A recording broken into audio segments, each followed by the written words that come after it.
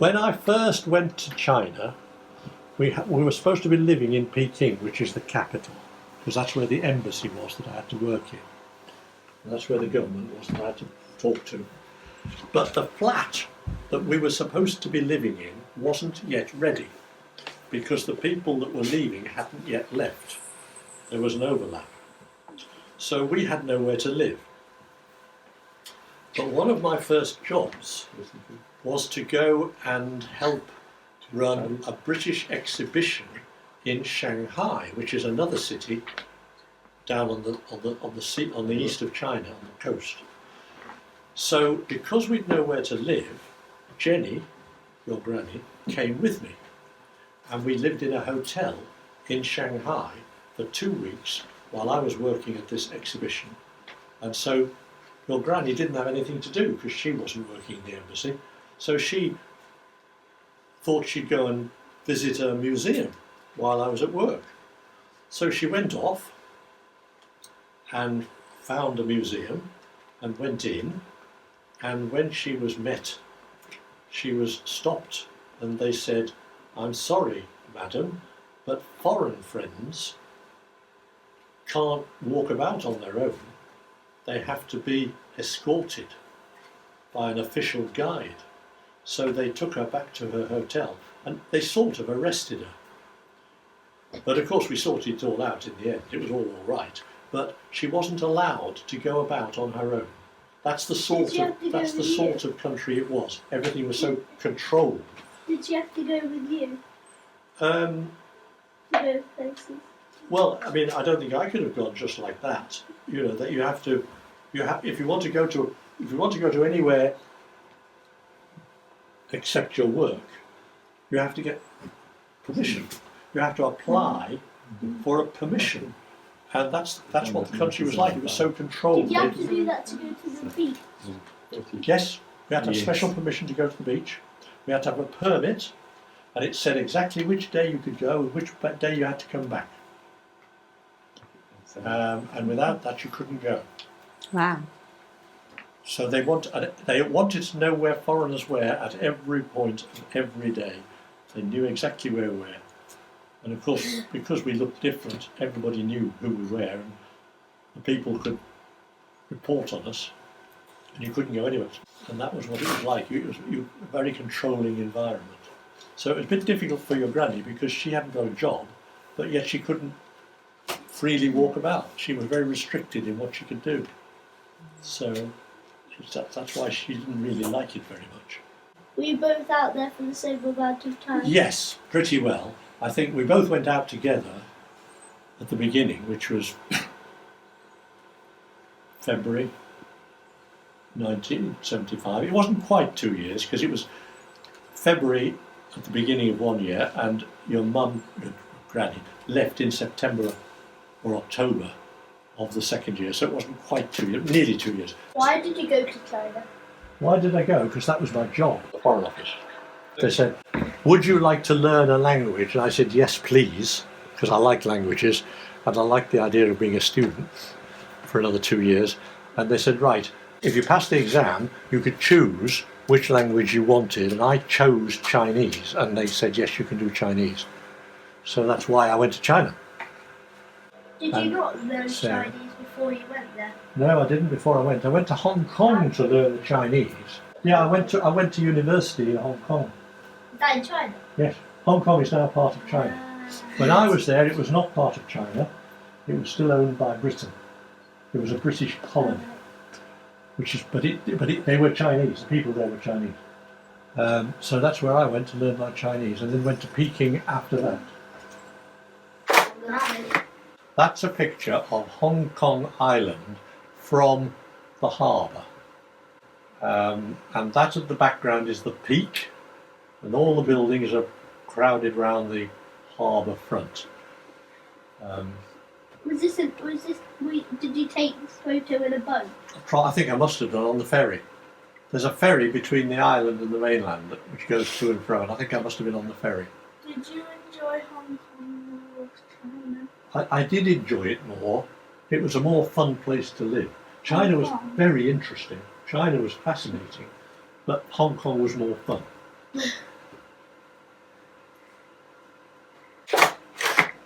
That is standing on the peak, looking down into the harbour, and the buildings in the front are the harbour front on Hong Kong Island, and the buildings on the other side at the top of the picture are the mainland,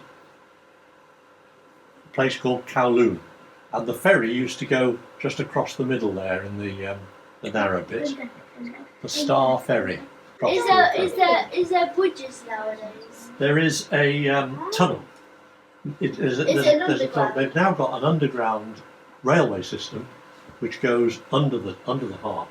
But when I was there, the ferry was the only way across, and it was a regular way of going to and fro. So yes, Hong Kong Island was part of Hong Kong, was the oldest bit.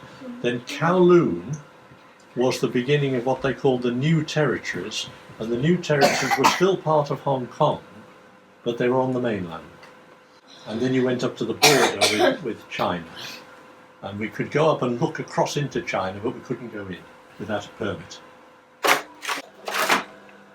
That is the compound, I think, of our building in Peking. I call it Peking, it's Beijing now. We lived in a compound like that, in a flat, in the sort of things you can see behind the trees. So it wasn't very luxurious, but that was all they'd got. And that was, by their standards, that was special. They tried to give the foreigners, the diplomats, the best places. That's in our flat. That's Sarah Oh yeah. as a baby in our flat. That's pretty sharp, isn't it? And you know, when we had people to stay, in those days people all smoked. They don't do so much now. We always put cigarettes out for them. And little Sarah found the cigarettes one day and started eating them. Made herself very sick. We had to rush her off to the hospital in the ambassador's car with the flag flying to get through the streets very quickly. Anyway, by the time we got there, she was sick in the car, and then by the time she got to the hospital, she was fine. Well, we're here. Another one of Sarah. Is that Auntie Sarah's gonna die. Save her. It's Sarah's in the red. There are better ones, but that's the one I happened to pick. That's a better one of the same thing. We could take one of the others out. That was our flat. You've seen it once before, but that's where we lived. Is that it? That was our living room. I don't know why I took that. You can see the game of chess in the corner. It's not a very exciting picture, is it? But Actually, I can see one of Mummy's toys. Might be Yeah, our I think so. flat. One of my colleagues was a very, very, very good chess player, so it might be his flat, not mine. There's He some always toys had the on chessboard floor. set Yeah, out. there are toys on the floor. Are they Sarah's? Well, I don't know yet. I should think it's ours. Now, I've put that one in just to show you what it was like for a foreigner to live in Peking. That chap was the correspondent of the Daily Telegraph in Peking. And that's him at work on a trestle table outside his flat at a typewriter. So he was the one who sent all the news back to the Daily Telegraph Wow. of what was going on in China. That is the embassy pool. That is the foreign diplomats at play. So, I love it. is George H.W. Bush, was that what Oh yeah, didn't well remembered. Didn't you meet him? I you did, play yes, tennis? I did. I met him on the tennis court. Yeah, I played The tennis older with George Bush. not the younger George Bush. I yeah. claim to fame. I Yeah. played tennis with George Did you Bush. win? No. He was a very good tennis player. So, Wait, we're actually playing doubles. Jenny and I played him and Barbara Bush. But even with Barbara playing, they still Even with beat us. Barbara playing. she's not so hot. We were allowed to go to the seaside.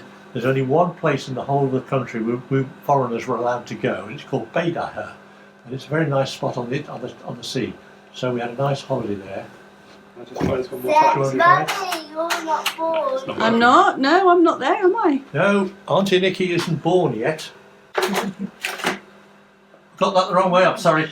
Turn left and look sideways. That's me with Sarah. I'm not sure I've seen a photo of you that young with black hair. with Wow. short hair. I did have hair once. Yes. Got to black. Okay, in my Sunglasses. Sierra Leone shirt, I think. That's another nice one, and everything at the seaside. Same seaside, same holiday.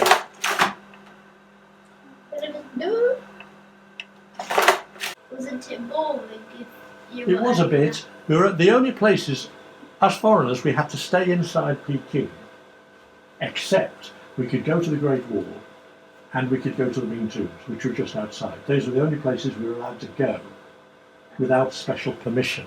So at a weekend, those were the places we might go for, for a walk or for a break.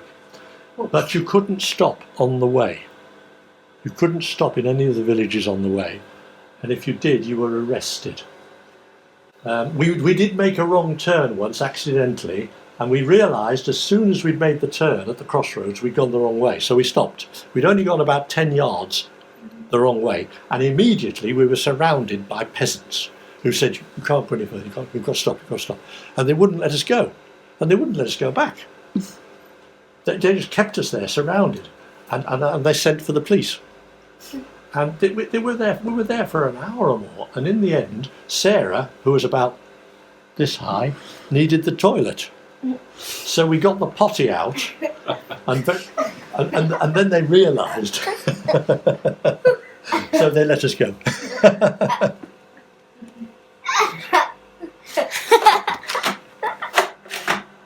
Now we come to Peking, and that I think is the most beautiful building in the whole of Peking. It's called the Temple of Heaven. It's where the emperor used to go every year to pray for a good harvest. And the big ceremony. The Emperor of China. In the old days, when they had emperors. In the old days, they had emperors.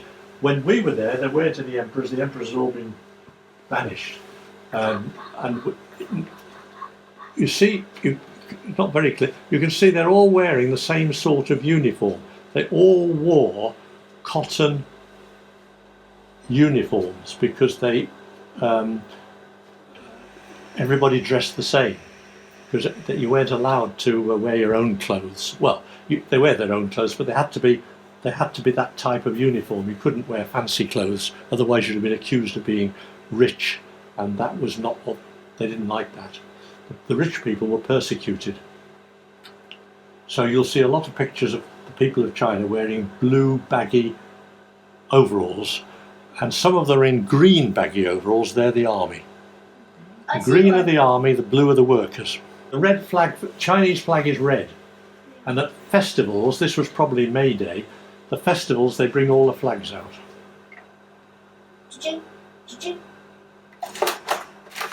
I think that's my favourite building in Peking. So cool. The reason it looked so good at the time we were there, it was the only one that had been repainted. A lot of the old buildings are just grey and drab because they'd fallen into disuse. The communists didn't like anything old because it reminded them of the emperors.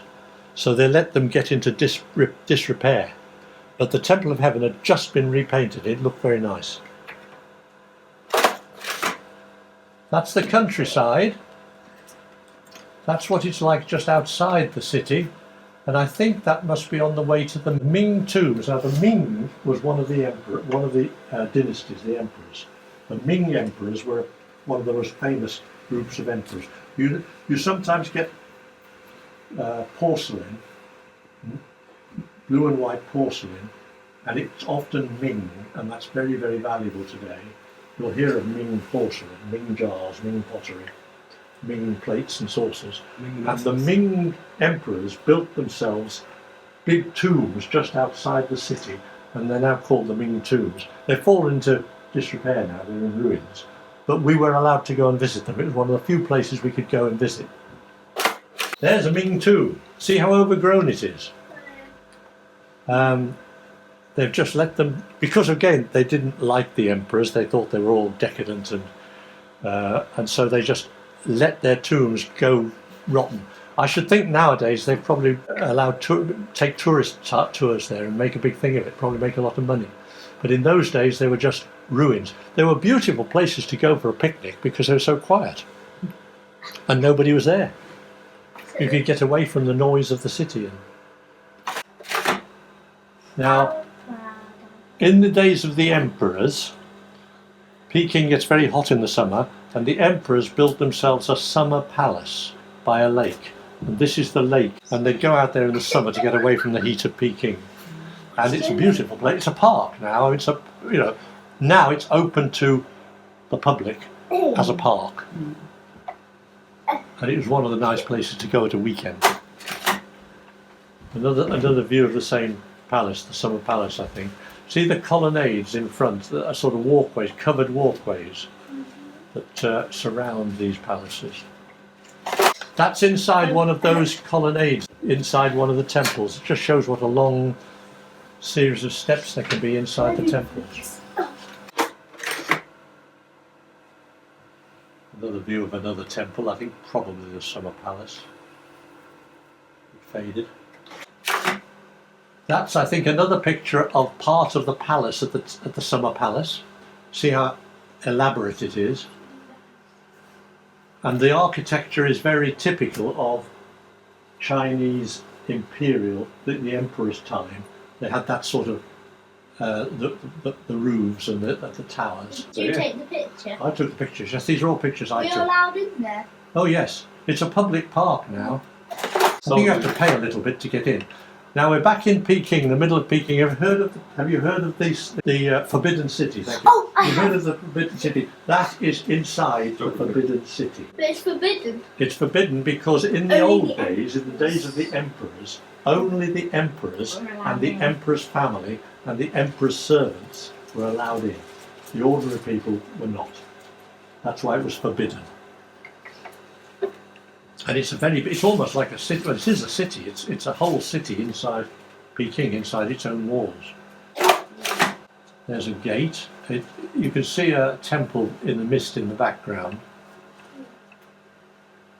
I think that's probably part of the Forbidden City as well. That is a distant view of the Forbidden City, and it just shows what a big wide square Tiananmen Square is, because we're so far away from the Forbidden City, which is at the side of the square.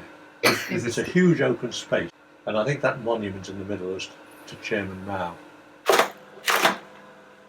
There's a gateway into the Forbidden City.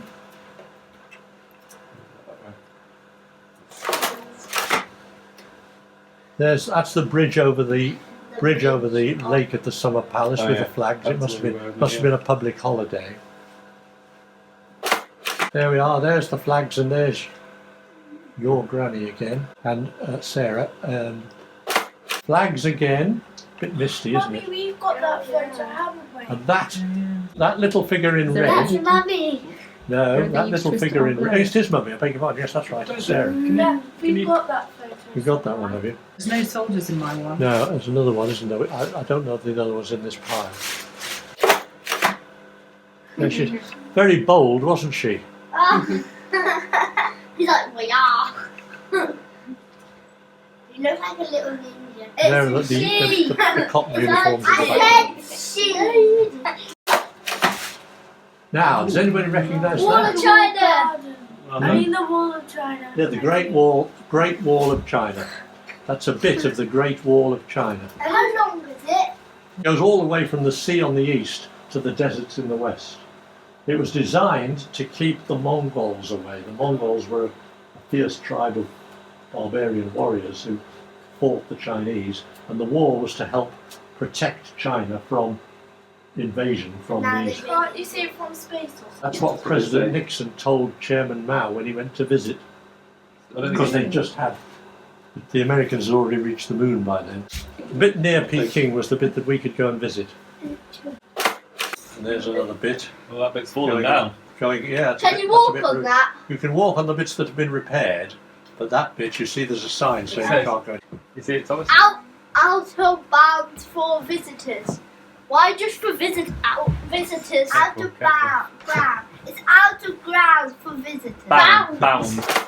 That is, we've showed you some pictures of the Summer Palace where the emperors went for the summer. Mm. This is the old Summer Palace, the one before the one that I showed you the pictures of, because the old Summer Palace was destroyed when the Western countries had a war against China. There was a war called the Boxer Rebellion, when a group of Chinese called the Boxers rebelled, and the British and French and German armies were brought in to defeat them. And as a result of that, they destroyed the Summer Palace, which is now a ruin. Now, there's another one of the old Summer Palace. See what a ruin it is now? That is an old gate of the city of Peking. In the old days, there was a wall all around the city. The wall's been taken down now because the city's got bigger and bigger, and they had to tear the wall down to make room for more houses. But the gates remain, and that's an old gate of the city.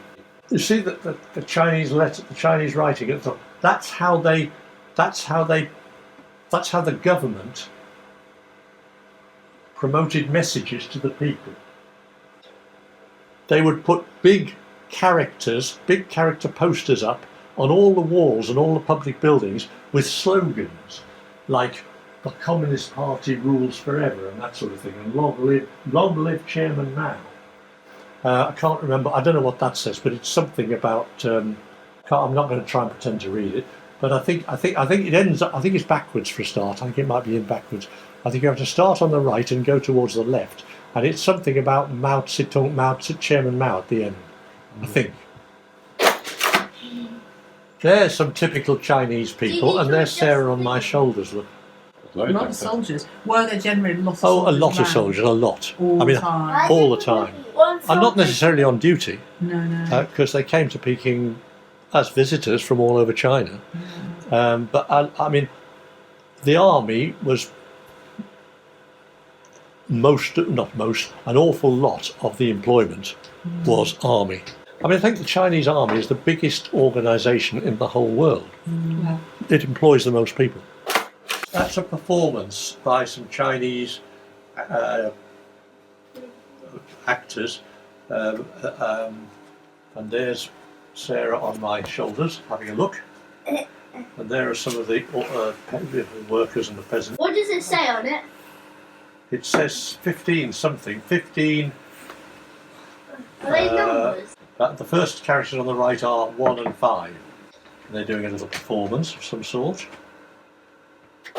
Chinese school children doing a display. They're very good at displays. You probably saw them at the Peking Olympics, did you? The Beijing Olympics. The sort of displays they can put on. Masses of people, all organised to do very impressive performances. More Chinese children doing their demonstrations for a festival. Lots of them. And again, dancers. Dancing. Up and down them. Chinese children just do their performances on the street, or were you invited to watch them? Well, we were invited to watch them, I think, yes. Yes, this is, I don't know where it is, it's probably at a commune again.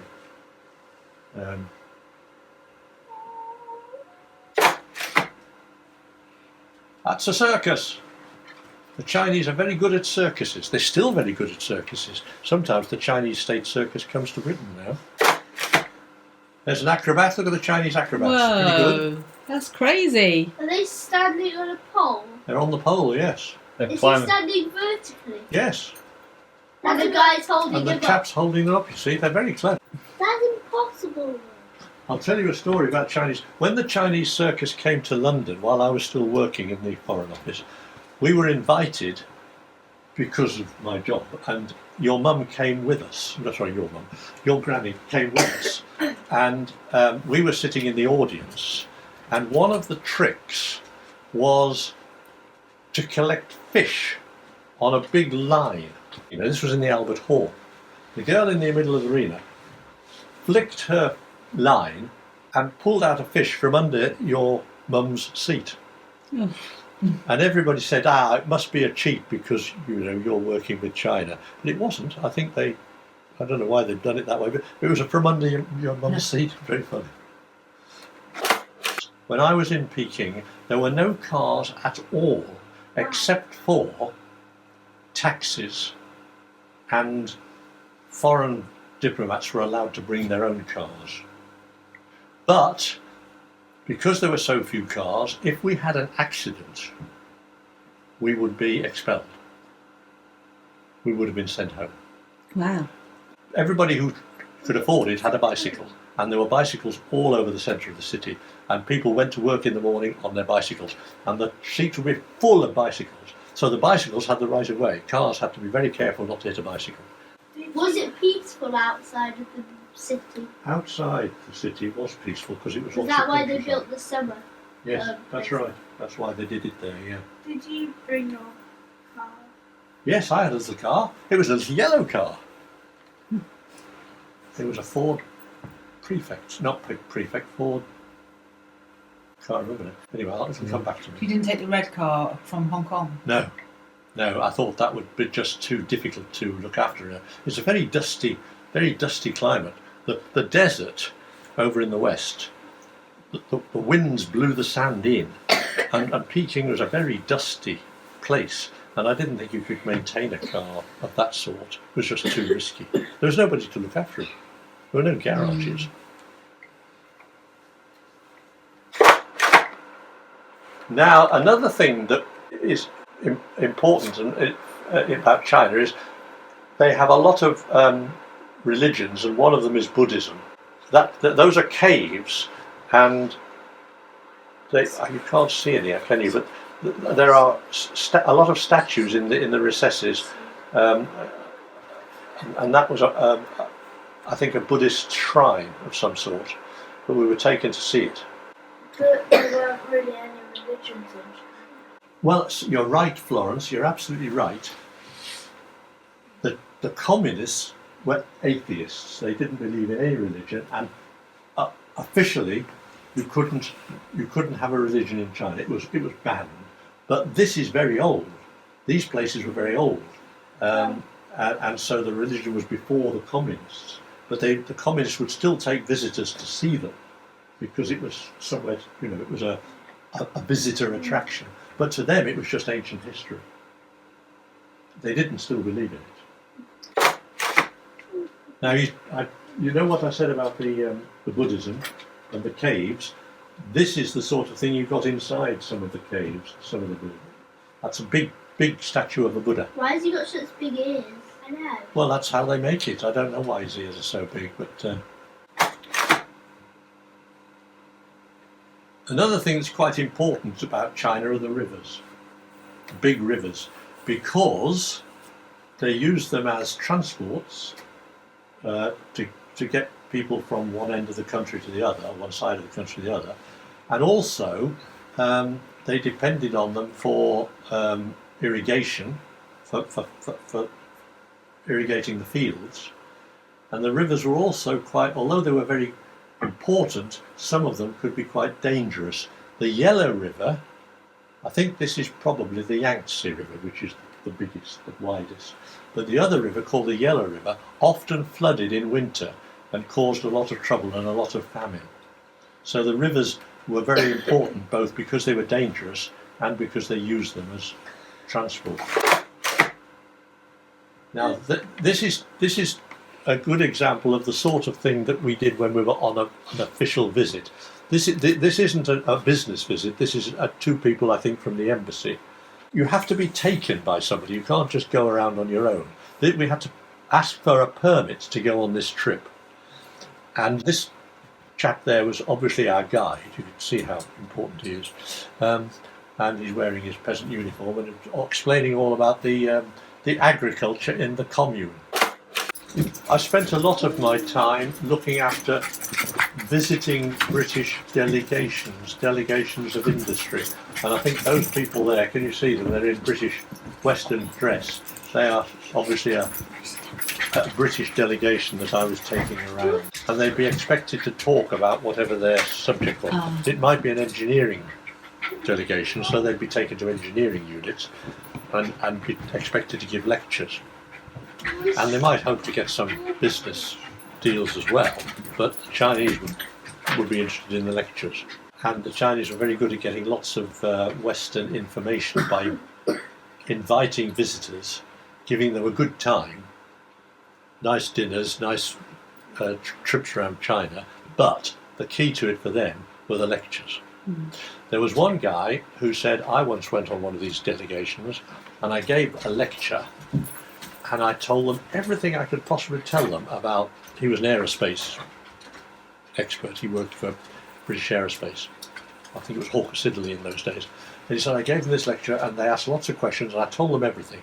And at the end of the lecture, the chair said, thank you, Mr. So-and-so, for your brief introduction. Tomorrow, we look forward to your lecture. They really push it to try and get information. But of course the Brits loved it, and not just the British, all European companies liked going to China because they gave them such a good time.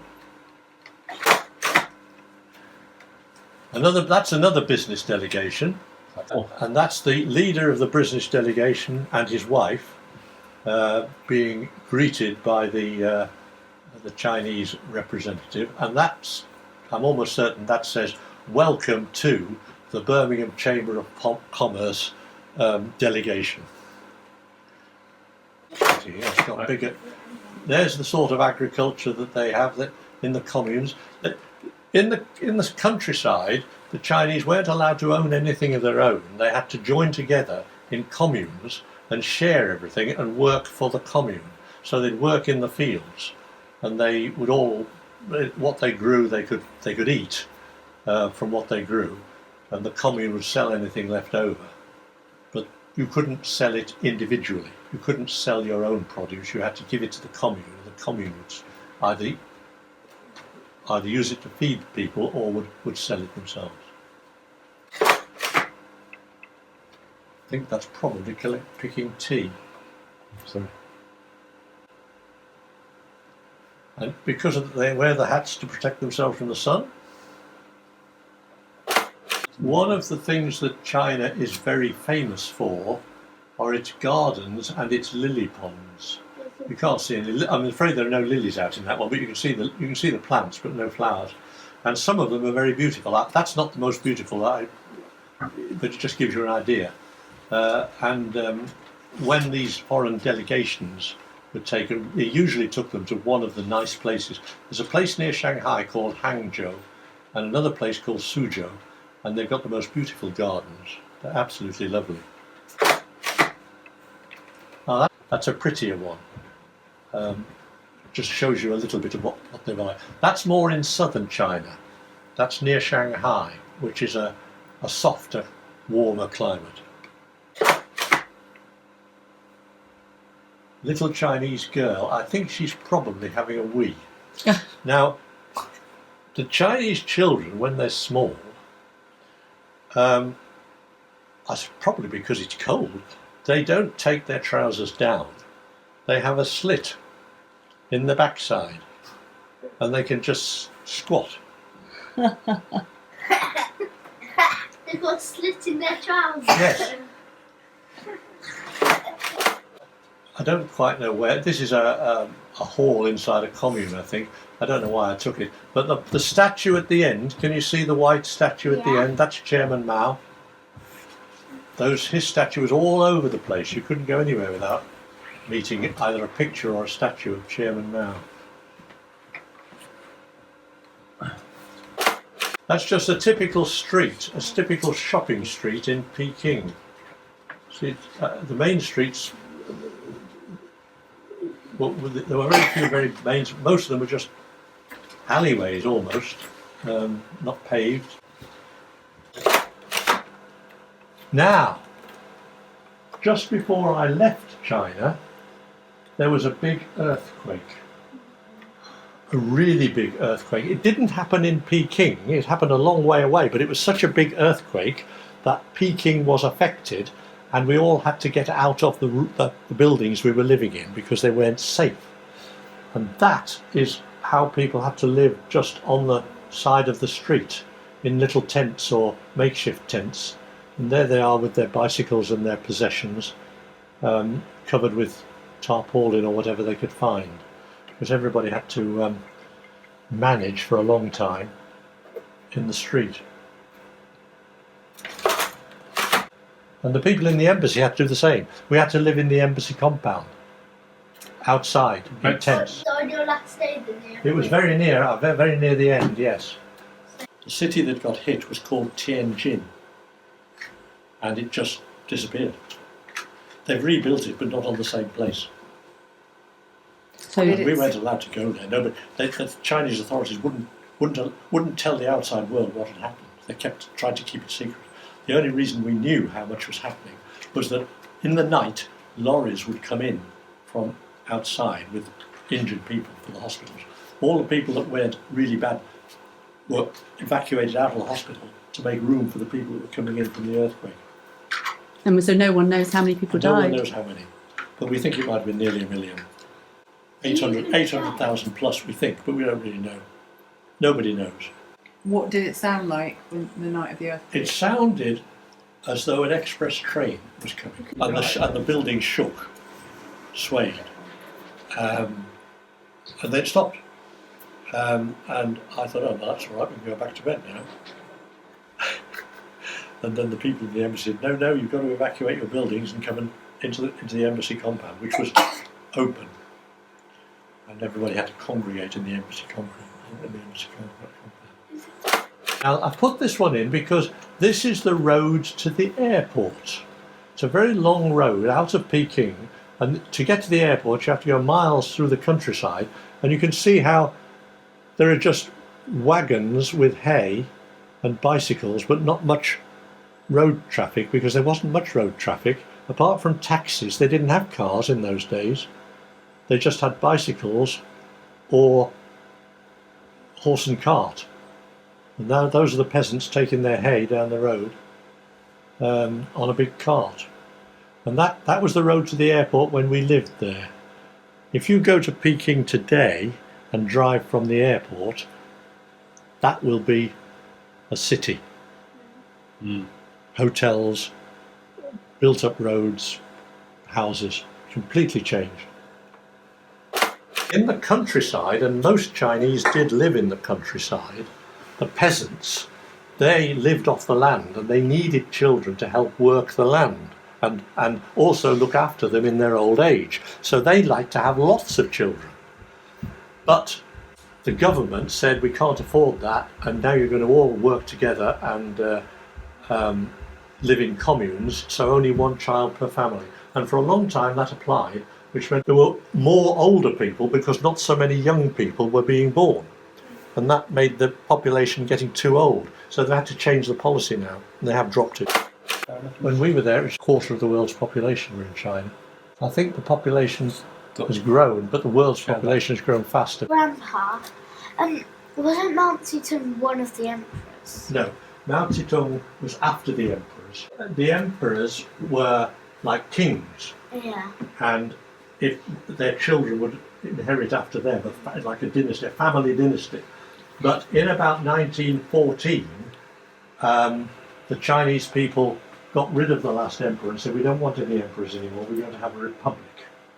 And there was a man, I've forgotten his name for the moment, who became the first president of the Republic of China. But then, after the end of the war, when the Japanese invaded China, the Chinese fought the Japanese, and there were two groups that fought the Japanese. There was the government of the Republic, and there were the communists. And the communists were really rebels, and they were led by Mao Zedong.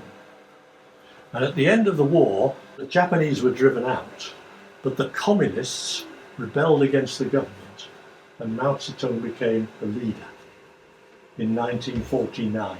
And he announced the People's Republic, which is it was the second communist state after Russia. And the Communist Party, controlled everything. And Mao Zedong was the supreme leader until he died. He was as powerful as an emperor, but he wasn't an emperor. Is it true that you went to Mao Zedong's funeral?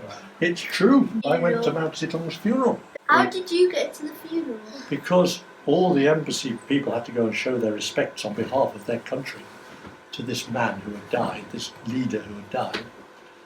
So I had to dress up in a very smart black suit and go and proceed past his tomb, past his coffin. It's the sort of thing that people at embassies do. They represent Did you the like government. him? Sorry? Did you like him? Did I like him? Yeah. No, I didn't really know him. The only time I met him was when I went past his tomb. But I saw his picture every day because his picture was up on the wall all over the place. So did you not like his decisions as a leader? That's right. Well, he was a very cruel man. He was very cruel to his own people, and he made his own people suspicious of all foreigners, including us. The people were frightened to talk to us because they might get into trouble for talking to foreigners. So it made it very difficult for us to get to know any Chinese because they were frightened. Even if we spoke the language, they were frightened of talking to us in case they got into trouble, because they might be suspected of being spying or something. And so he was responsible for all of that. But he was very cruel to his own people. So if he didn't like what they did, he had them killed or sent away. He had special camps, which he called re-education camps, which was really a way of brainwashing people to believe in the Communist Party and do what the Communist Party said. And anybody who didn't got into trouble. One evening I was out near the Forbidden City in a very quiet place, and out of the darkness I heard a trumpet being played. And it was beautiful, a sort of lament on a trumpet. And I thought, that chap is expressing his feelings in a way that he wouldn't normally be allowed to do in Was he daylight arrested? in the city. He's doing it quietly out here. Was he arrested? I don't know. But I think he was out. It was a very quiet place where, there was nobody else around at the time. And I think he'd just gone out there to play his trumpet on his own. But I always remember the lone trumpeter. It made quite a big impression on me. Because normally people didn't do things individually, they were all part of a group. They all had to be part of the group, and if they weren't part of the group, they were in trouble. So they didn't think for themselves, they were told what to think. These big posters. And the radio was always propaganda. The radio was government-controlled radio, which put out messages about the Communist Party and about having to work harder and having to produce more grain and all that sort of thing. And that's all they had. If they wanted to go to the theatre, there were only 7 plays that were allowed to be put on. And they were all plays which had been approved by the government, by Mao Zedong's wife, because she thought she was an actress before she married Mao Zedong. I think she attracted Mao Zedong because she was an actress, and she became Madame Mao, and as Madame Mao she was in charge of culture, and only these 7 plays which had been approved by her were allowed to be played, and they were all political, giving messages about how important it was to raise the standard of agriculture and all that sort of thing. Nothing else was allowed at the time. But you were allowed to watch the... We were allowed to watch it, but only these 7 plays. They were all very boring. Do you know what would happen if somebody did write a play or something? He'd probably be arrested.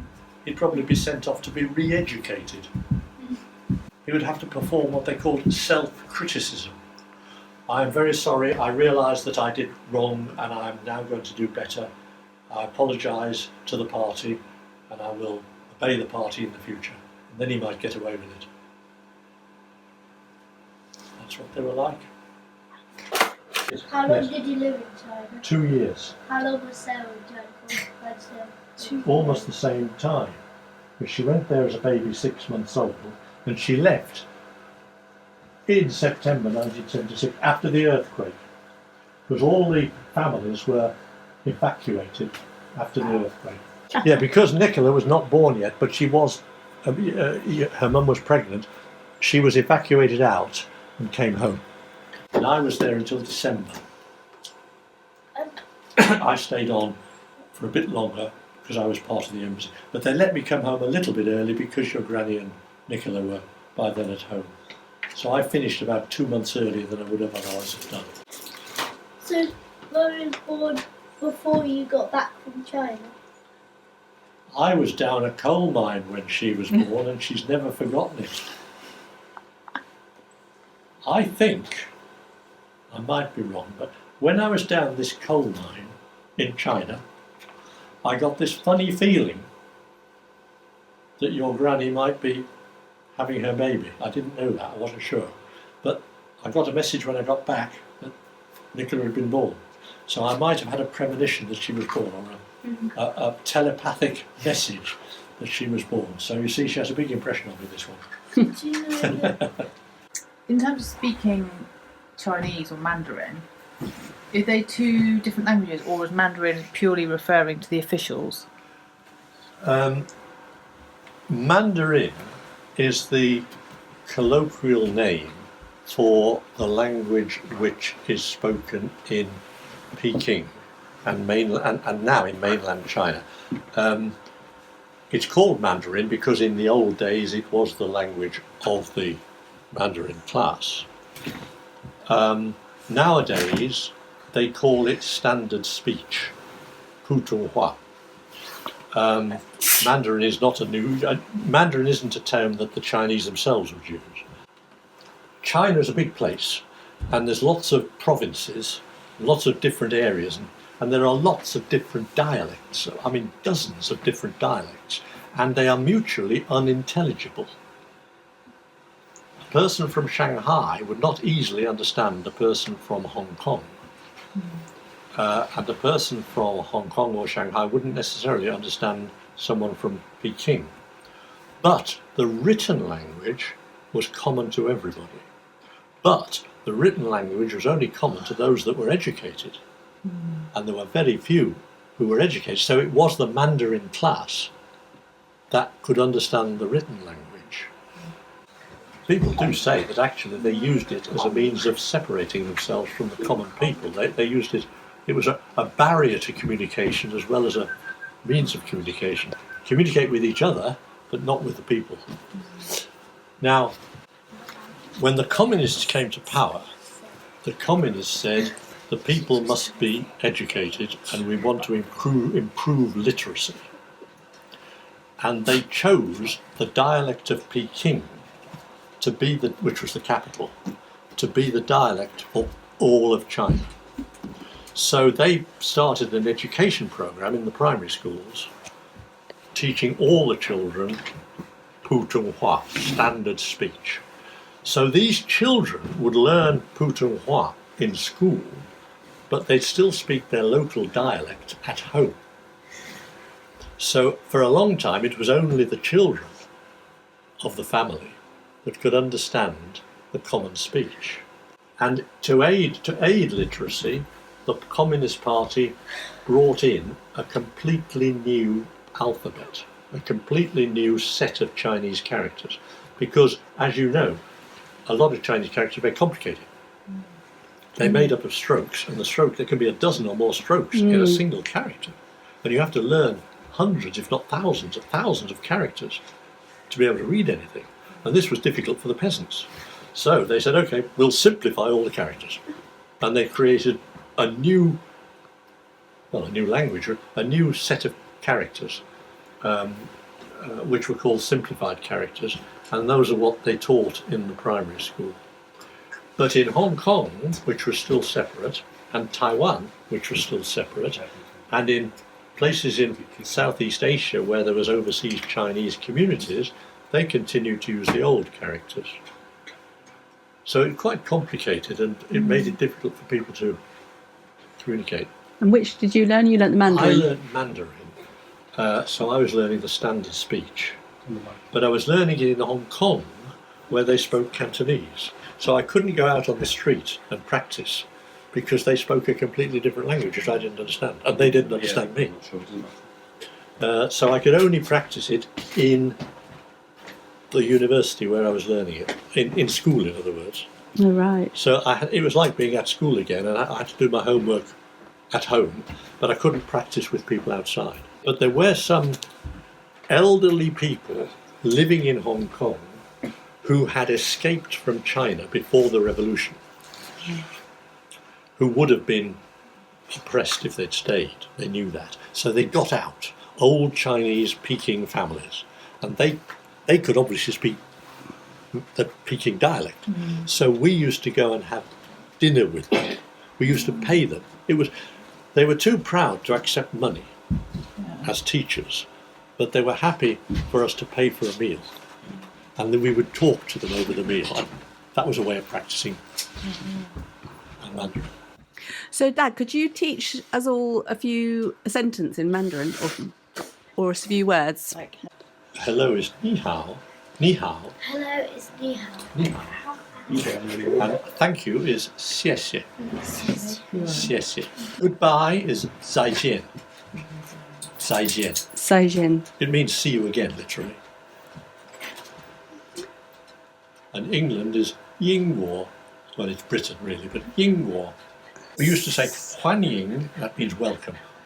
Huan Ying Dao Yingguo, welcome to England.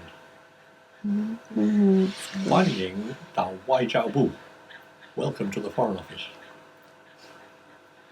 Huan Ying Dao Maoyi Bu, welcome to the Department of Trade. And when you want to ask someone their name, in a polite Chinese, you say Nim Gui Sing, which means your honourable name. And in a sort of more formal way, you'd say Ni Jiao Shama Mingza. What's your name? You're called what name? Can you still count to 10?